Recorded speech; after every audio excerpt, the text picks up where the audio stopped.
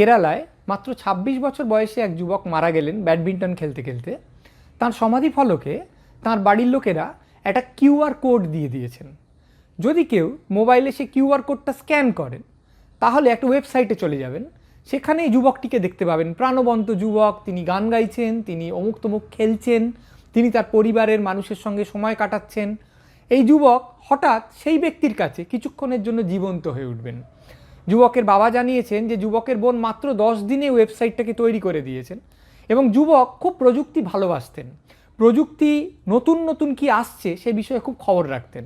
তাই প্রযুক্তি যে তাকে অন্তত কিছুক্ষণের জন্য বিভিন্ন মানুষের কাছে, অচেনা মানুষের কাছে জীবন্ত করে তুলবে, সেই প্রস্তাবটা এই বাবা মার কাছে কিছুটা সান্ত্বনা বয়ে এনেছে।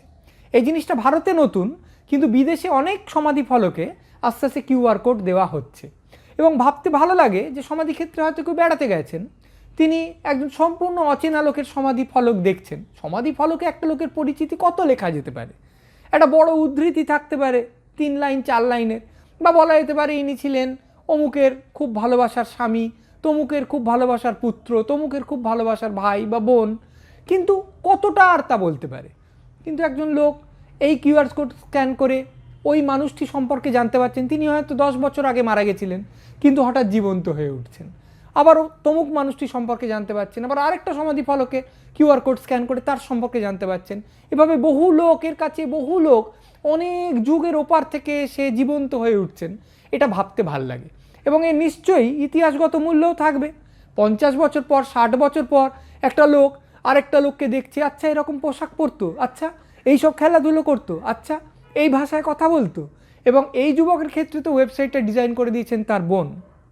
কিন্তু এরকম নিশ্চয়ই হবে জিনিসটা প্রচলিত হলে, যে আমার মৃত্যুর পর কোন ওয়েবসাইটে লোকে যাবে, সেটা কীরকম হবে, এই পুরোটা আমি ঠিক করে দিয়ে গেলাম।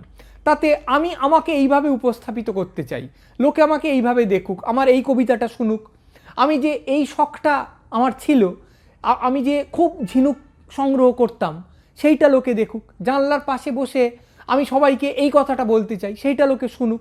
এইভাবে লোকে নিজের পরিচিতিটা ঠিক করে দিয়ে যাবে।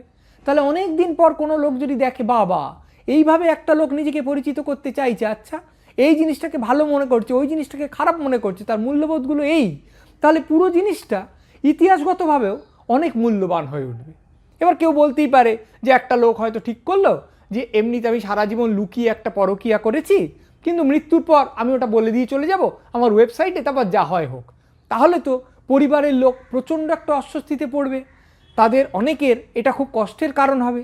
এবং যে লোকটা পরিবারের সঙ্গে কোনোভাবে সংযুক্ত নয়, এমনি রাস্তা দিয়ে যাচ্ছিল, হঠাৎ কিউআর কোড স্ক্যান করে এর পরকীয়া সম্পর্কে জেনে গেল, সেই তথ্যটাকে নিয়ে এই ব্যক্তিটির প্রতি বা এই গোটা পরিবারের প্রতি অনেক বিদ্রুপ আনতে পারে, অনেক শ্লেষ আনতে পারে।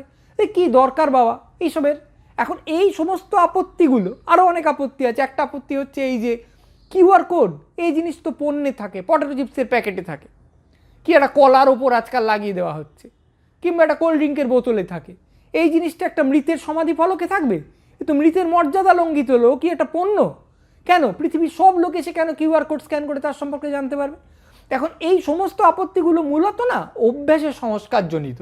এই জিনিসটা হয় তাই এই জিনিসটাই হয়ে আসবে। নতুন জিনিস কেন হবে? কারণ নতুন যে কোনো জিনিস হলেই নতুনভাবে সেটার অপব্যবহারেরও সম্ভাবনা খুলে যাবে। সেইটাকে যদি আমি রুখতে চাই তাহলে নতুন জিনিসটা থেকেই আমাকে দূরে থাকতে হয়। না না না, কোনো নতুন জিনিস হবে না, যা চিরকাল হয়ে আসছে শুধুমাত্র তাই হবে। তা কেন? হ্যাঁ, এটাকে অপব্যবহার করা যেতে পারে, অনেক লোক এটা নিয়ে বিচ্ছিরি আর কি মারতে পারে, কিন্তু অনেক লোক তো অত্যন্ত সিরিয়াসভাবে, অত্যন্ত মরমের সঙ্গে, অত্যন্ত দরদের সঙ্গে এই লোকগুলোর কথা জানতে চাইতে পারে। এই মৃত ব্যক্তিটা জীবিত অবস্থায় কীরকম ছিল সেটা জানতে চাইতে পারে। আবার এই পুরো জিনিসটাকে একটু প্রসারিত করে নিলে আমরা এই কথাও বলতে পারি যে কোনো লোক হয়তো তার হাতে একটা কিউআর কোড, ট্যাটু বা অন্যরকম কিছু করে নিয়েছে, তখন নিশ্চয়ই ওরকম কিছু প্রযুক্তি চলে আসবে।